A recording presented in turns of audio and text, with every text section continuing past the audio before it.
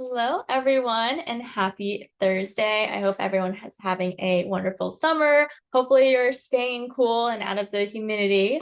Welcome back to another Educate webinar. My name is Liana, and I'm the community manager here on our Educate team. Joined with me, I have Alex, our multimedia designer on our team, who will be walking us through everyday keyboard shortcuts, studio tips and tricks to help you save time and design faster in studio. If anyone has any questions throughout the webinar, feel free to share them in our Q&A window or in the chat window, and we will answer them at the end. Otherwise, I will pass it over to Alex to get started. Thanks, Liana. Okay, let me share my screen. Can you guys see this? Cool. Okay. Hi, everybody. Thanks for joining our webinar. My name is Alex. I'm the multimedia designer on our Educate team. A little bit about me. I have a bachelor's of fine arts in film and post-production from CU Boulder, which my school then changed to Cinema of Moving Image Arts, but that's a really long title and I don't like it, so I just say film.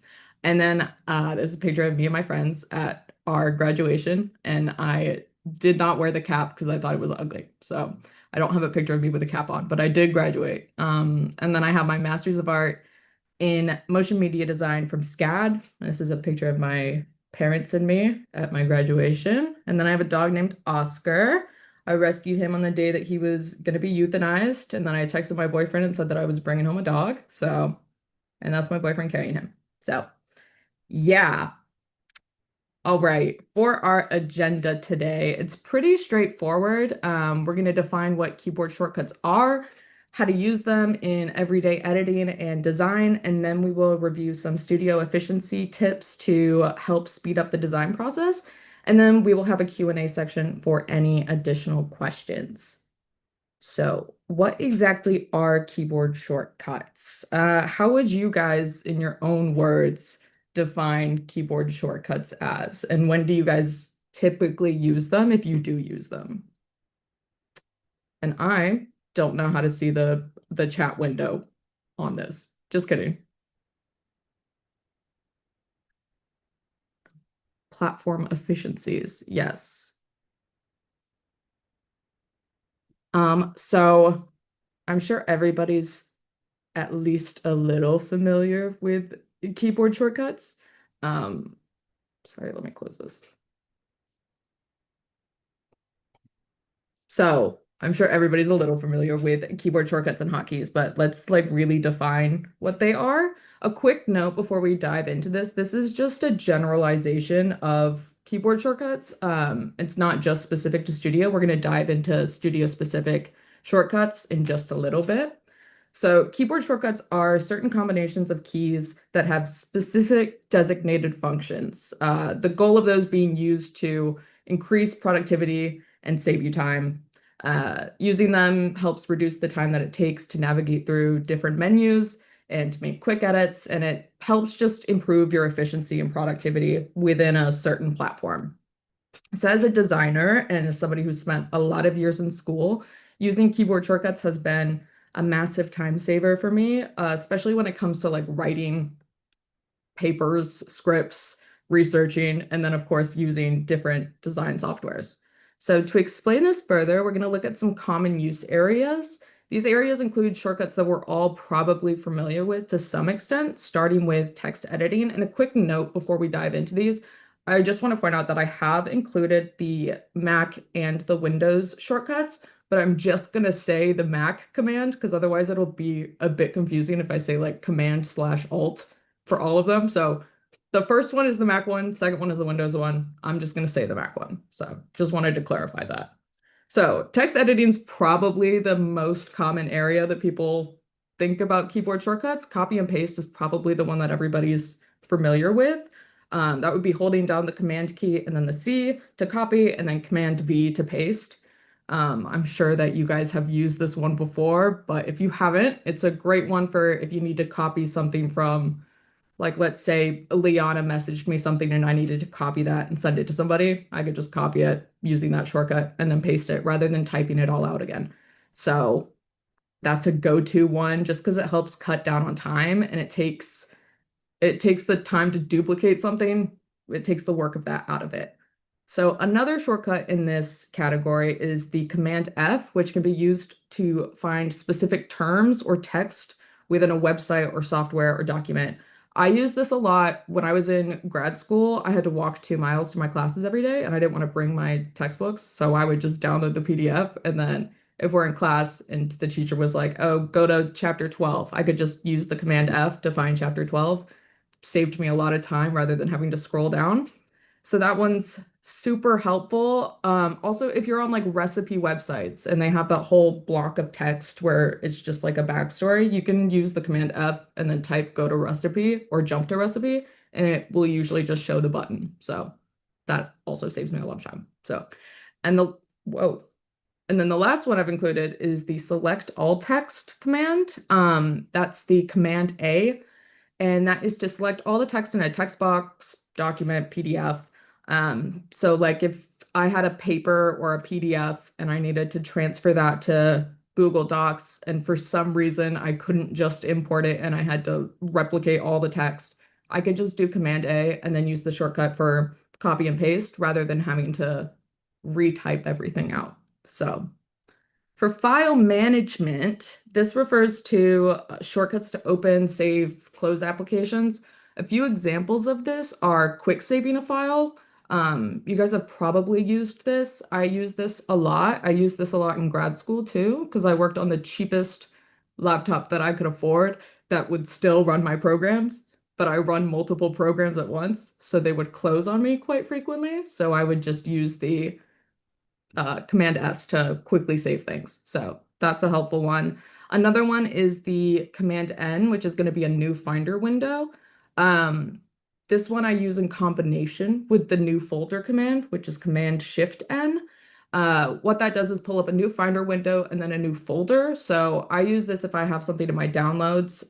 For example, the webinars that we do, I add the bookends. So I'll download that to my downloads, pull up a new Finder window, then I can make a new folder for that webinar and just drag and drop. So saves a lot of time. And then lastly, we have system navigation. System navigation can be a bit trickier because it is dependent on the application and it is dependent on the shortcuts that you pre-program. For example, I'm using a mouse, so I have, oops, sorry, I moved things because I'm using a mouse. I have certain gestures that I can do with a mouse that takes away the keyboard shortcuts, but the keyboard shortcuts are still faster than the typical navigation, if that makes sense.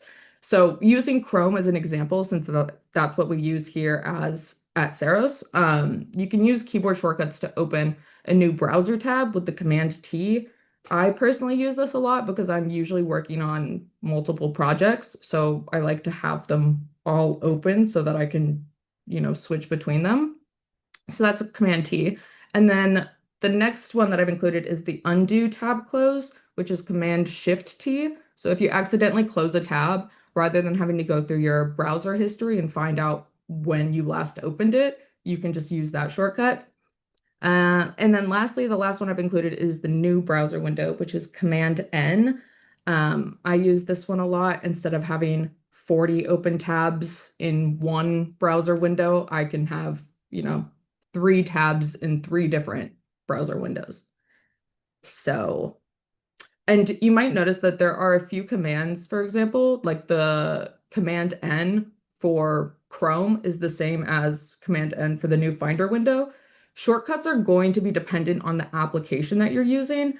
They're unique to their own platform, though there can be overlap between them for the common ones. It's why copy, paste, save as functions are usually the same across platforms, but different shortcuts for like text tools and transformation tools are typically not consistent throughout platforms. I hope that makes sense. All right, now moving on to how to use shortcuts in everyday editing. Now that we've covered some of the common use areas for keyboard shortcuts and gone over some shortcuts that are commonly used, that brings us to how we can use similar keyboard shortcuts in everyday editing within Studio. So to access the keyboard shortcuts in Studio, you will go to this help icon within Studio, and then you will click on the keyboard shortcuts, and then this pop-up window will appear. This is what it will look like. The keyboard shortcuts are gonna be categorized based on their function and the category that it applies to. I'm not gonna do a deep dive into all of that because that would take forever, and also I don't think everybody wants to hear me go through every single one. But we are gonna cover a lot of them regardless, and I'll do a brief overview over what each section entails. So the tools are gonna be your single key shortcuts that allow you to easily access all of the tools from the toolbar in Studio. The cursor is going to be your cursor. It'll be if you have it as a selection tool or a pan tool. The view section is going to be, it's going to cover the layers and the pages panel, the asset library, hotspots, images, things that you're currently viewing. The zoom is pretty self-explanatory. It's going to be, zooming in, zooming out. Selection is going to cover things that you select and deselect. So like objects, assets, layer, canvas, selecting within groups. Arrange is going to be moving things up and down. Editing is going to be your typical copy, paste, cut, delete. And then advanced editing is going to be a bit more advanced. It's going to be like your copy and pasting animations, making groups, unmaking groups, moving things by like individual pixels. And then transformation will be transforming selected layers. So cropping or replacing images, resizing things, locking things, and then renaming things. And then guides is going to refer to the canvas grid and the layouts that you can create, as well as toggling on and off that function. So there's obviously more to each of those sections, but we are limited on time. So we're going to move on to the shortcuts that I personally use and find very helpful. There are 3 tips that we'll go over, and they are based on text versus visuals, grouping and organizing content, and then animations and duplications. And the shortcuts that you are going to use are going to be dependent on the types of content that you're using. So we'll dive a bit more into that, but that's just something to keep a note is that my favorite shortcuts might not be your favorite shortcuts. So the first tip is shortcuts for text. So the first one that I use is the T tool, which brings up the text tool. This is helpful if you're switching between creating text and editing other assets to not have to return back to the text tool. It's only a short amount of time to like return back to the text tool, but it adds up if you're, you know, creating a lot of text. The next shortcut is the Command G to create a group. This shortcut can apply to all content, not just text, but it's a really helpful shortcut to know when working with a lot of content, since organizing your layers is really important to keep your design layout clean and like easy to work with, especially if you're working with a lot of text. If you're working with like headers, subheaders, descriptions, sources, it's really important to keep them all organized. That way you can align them properly as well. So using groups when designing with a lot of text is something that I find very helpful.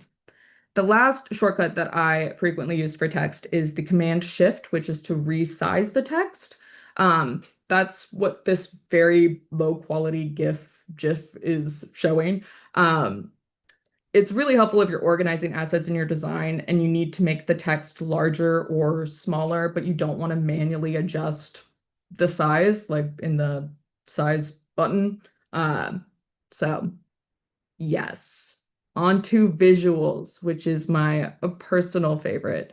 Um, I have a lot of shortcuts for these, so just bear with me. They are helpful. So the first shortcut is D, which is just to add an image or a video. Um, this is pretty self-explanatory, but I do feel that it's a relatively underused shortcut. The next one is the option 4, which is to open the stock media. Those 2 shortcuts also completely cover the media section of the toolbar, which I think is very helpful to have on hand, especially since I work with a lot of media. Following that same area of the toolbar, the next shortcut that I use is the option 4, which is, I already said that. I'm so sorry.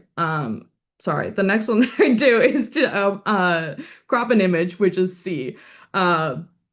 The shortcut C will open the bounding box for an image, and then you can just manually adjust the the image cropping, and then you press return and it'll crop the image. And then following the editing train of thought, Command D is to replace an image. This is also helpful if you're working with a template and or like using placeholder images to easily be able to do that rather than having to go and like manually move images. Being able to easily replace that will save you a lot of time. I use this a lot when working on like our spotlights that we have for our community center or like our webinar decks. It just allows me to cut back on the time that it takes to upload an image and then find the perfect position and dimensions. Instead, I can just use that shortcut and easily replace it. So another shortcut that I use in this visual section is opening the asset library using option 3. On the Educate team, we have a specific curated asset library just for our webinar decks and like our GDCs and the experiences that we make. So using this shortcut is really helpful, especially if I'm making an asset that needs to be added to the library. I can easily pull that up and add it. And it's also helpful because we have like our text settings in that asset library as well. And then the last one that I've included is increasing an image from its center point. So you can do this by holding Option Command Shift, and then holding one of the corners of the image and then dragging it. So that's what this GIF is showing. This makes it really easy to like rearrange things. That way you don't have to like click and drag it and then reposition it. You can just increase it by its center point. So that one is very helpful and a recent one that I learned. So moving on to tip 2, which is organization. So we already went over the keyboard shortcut to create a group, but I wanted to add another use case for creating a group. This shortcut's super helpful when you're working with like carousels or pop-ups, since those tend to frequently use a lot of grouping and rely on consistent organization. That can be a major time saver when you're creating some of these more complex elements. And then another shortcut that's easy to remember is the Shift Command G, which is to ungroup groups. This is great if you need to undo something for whatever reason. It's also just easy to remember because you just add Shift in front of the create group. So if you remember the create group shortcut, you can remember the ungroup shortcut. The next one that I use is the option R to rename layers. I use this a lot with media because typically when you import media, it doesn't show up as the name that you need it to show up as. It's going to show up as like image_423. So having the option R instead of having to go and double click is very helpful for renaming and keeping things organized. And then the next shortcut that I've included is the command key, which is to select within a group. So if you have groups nested within each other, sometimes selecting layers within those groups can be a bit tricky. So if you select the entire group and then hold the command key, you can easily navigate to your chosen layer. And that's what this, again, low quality GIF is like trying to show, is that if I hold down the command key, I can easily select it rather than it selecting the group that's nested inside and then you having to go and select out again. It just skips that middle step. The next shortcut is actually the same shortcut. So it's important to note that the selecting within a group only works if the group's parent container is selected. Hope that makes sense. So the hold command is to select layers. So to select multiple layers in the layers panel, you can hold the shift key. So for example, if I wanted to select everything from the bottom to the top layer, I would hold the shift key, select the bottom layer, and then select the top layer. That would select everything in between.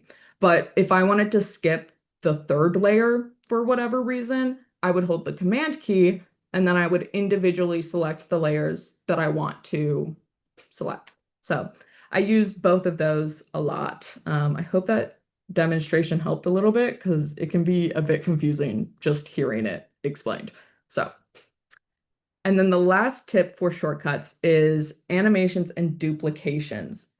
These are a bit more complicated, and there's not like a lot for them, but they are important. So that's why they have their own section. The first one is copying and pasting animations. This can save you a lot of time when you're trying to add animations to different pages or create certain elements that you have like a certain animation layout for that you want consistent throughout your experience.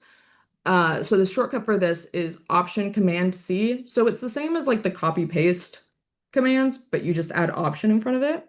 Um, I'm sure you've noticed, but we have animations on each of these slides, and a lot of those were copy and pasted animations just to keep things consistent throughout the experience. And the next ones are the copy paste. Obviously, you can duplicate something by copying it and pasting it, but another way to duplicate something is holding the Option key and dragging the layer or the asset that will duplicate it. So those are my three tips, my three categories. Moving on to studio efficiencies and things to keep in mind. So to make the most of shortcuts and time efficiency, keep these things in mind. A great way to increase studio efficiency is to utilize the asset library and customize assets. So whether that means that you have your own assets or you're creating assets that are already pre-made from Saros, using the asset library is very important. It saves a lot of time. Customizing things that Saros has already created for you will cut back on time because the organization will already be there as well. So if you have like a pop-up that you need, you can go to the Saros asset library, go to the pop-ups. The organization will already be in place. You'll just have to replace the images, add your own branding and whatnot. And then you can save that for future use. That will save you a lot of time, and it's also just easy to use. So the next thing to remember and to focus on is the types of content that's being produced. So if you're using a majority of text, you're going to want to focus on the shortcuts for text. I work with majority images, so I focus on majority images shortcuts. Obviously, there's no point to memorize a bunch of shortcuts for images if you're not working with them. Just memorize the ones for text, focus on that. And then also the types of content that you're producing, if it's something that can be reused for your future branding or experiences, save that to the asset library, make a copy of it, just keep that in mind. That way it cuts back on your design time. And then the next thing to keep in mind is the types of animations or interactions that are being used. Remembering the animations shortcuts can be really helpful, especially if you're trying to make the duration or the delay match up. If you find a type of animation that you really like, you can save that to the asset library, use that for future use. It's much easier to copy and paste animations than to try to go back and forth between them and make sure that all the timing is consistent. And then the next thing to keep in mind is blank canvases versus templates. So if you're working from a blank canvas, obviously that's going to be more work for you.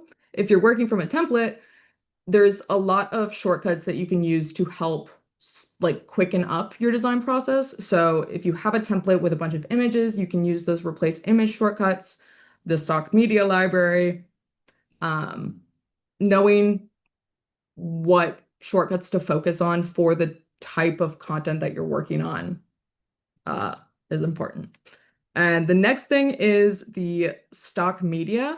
If you are using a lot of visuals, making sure that you know the shortcuts for either adding your own images or using the stock imagery, that will cut back on a lot of time for scrolling back and forth to the toolbar. And then the last tip that I have is making sure that you have proper organization and labeling your layers, groups, and folders correctly. Knowing the keyboard shortcuts for this can be really important. But even if you don't remember the keyboard shortcuts for this, just remember organization in general is important. That will help you on time. So finally, to recap, let's go over 3 major takeaways from this webinar. So the first one is that keyboard shortcuts should cut down on time. If using them is slowing down your work process, then don't use them. This is all about studio efficiency. If it's not being efficient to you, then don't do it. So keyboard shortcuts should cut down on time. Utilize them to speed up your editing process, not to cut it down. The second one is to know your content. Knowing what type of content you're working with and the types of assets that you're going to be managing can help you focus on what keyboard shortcuts to memorize and focus on and speed up your workflow. There's a lot, so it's good to know the ones that apply to the projects that you're working on so that you don't get stuck trying to memorize ones that you won't necessarily use. And then finally, using pre-built assets. Use the stock media, use the asset library, utilize things that are already built out and have the interactions and the animations added to them, and then edit them to be the way that you want them to be, and then save that to your asset library. Instead of trying to start completely from scratch, it's much easier to work with a pre-built idea and try to customize that than to try and come up with everything yourself. So use the asset library. That's what it's there for. Use it to speed up your workflow. It's probably the most efficient thing that you can do. So that's all that I have for you guys. I feel like I speeded through that, so hopefully that wasn't too much. I will pass it back to Liana for our Q&A. Amazing. Thank you so much, Alex. I loved honestly learning all of these new keyboard shortcuts that I might not have known about. It seemed like a lot of people in the chat too were learning new ones as well, studio related and not studio related. So I love that we could share those. We have a couple questions in the chat for you. The first one is if there is a place in studio, or is there a place in studio where I can see its keyboard shortcuts? So if you want to show their part of your slide where you can go. Yes. Sorry, let me scroll back to that. So it is, hold on, gotta find the slide. Nope, I missed it. Okay, so this is where you will find the keyboard shortcuts. So in your studio, if you are in an experience, you will have this help center icon. You'll click on that, you'll go down to keyboard shortcuts, and then this pop-up will appear in the center, and then you can scroll to all the different sections, and that is where you find it. Awesome. Another question here is if you could only use 3 keyboard shortcuts in studio, which ones would they be? Oh, that's a hard one. Probably. Oh, that's a really hard one. I don't know. Probably the copy and paste animations. I feel like I use that one a lot.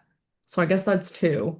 Um, and then either the stock media or the asset library. I feel like I work with visuals a lot, so either being able to pull from something that we've already done or having that stock media library. I feel like either one of those.